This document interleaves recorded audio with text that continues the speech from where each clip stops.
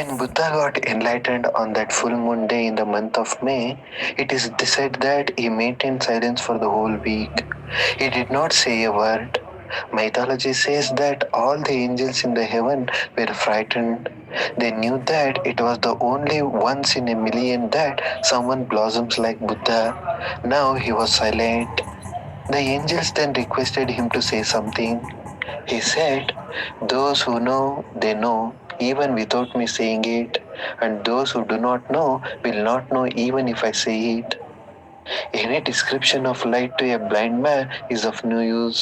There is no point in talking to those who have not tasted the ambrosia of life, and therefore I am silent. How can you convey something so intimate and personal? Words cannot convey it, and as many scriptures in the past have revealed, words end where truth begins. The angel said, "What you say is right, but consider those who are on the borderline, who are neither fully enlightened nor totally ignorant. For them, a few words will give a push.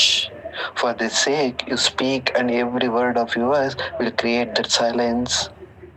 The purpose of word is to create silence. If words creates more noise, then they have not reached their goal.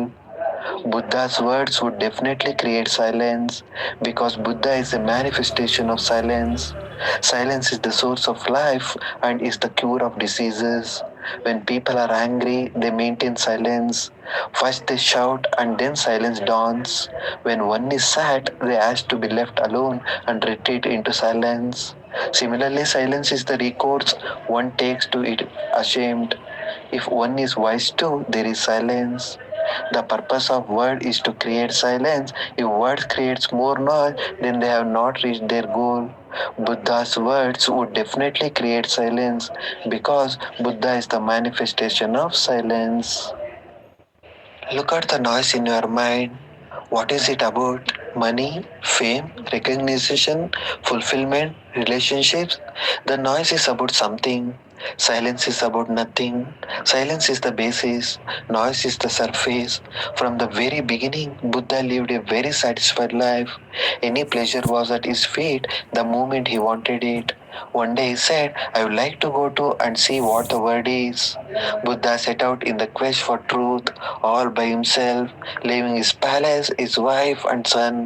The stronger the silence, the more powerful will be the question that arises from such a silence. Nothing could stop him. He knew he wouldn't be able to get away during the day.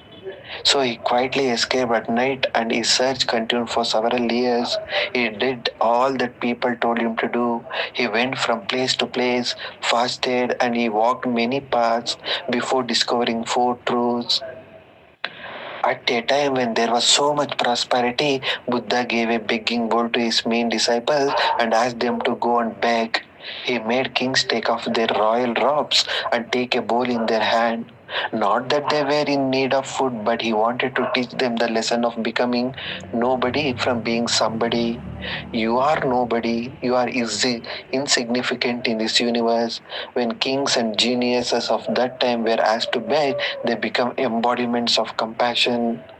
The first truth is there is misery in the world. In life, there are only two possibilities. One is to observe the world around us and know from others suffering. The second is to experience it and find that it is a misery. The second truth is there is cause for misery. You can be happy without a reason, but misery has a cause. The third is that it is possible to eliminate misery.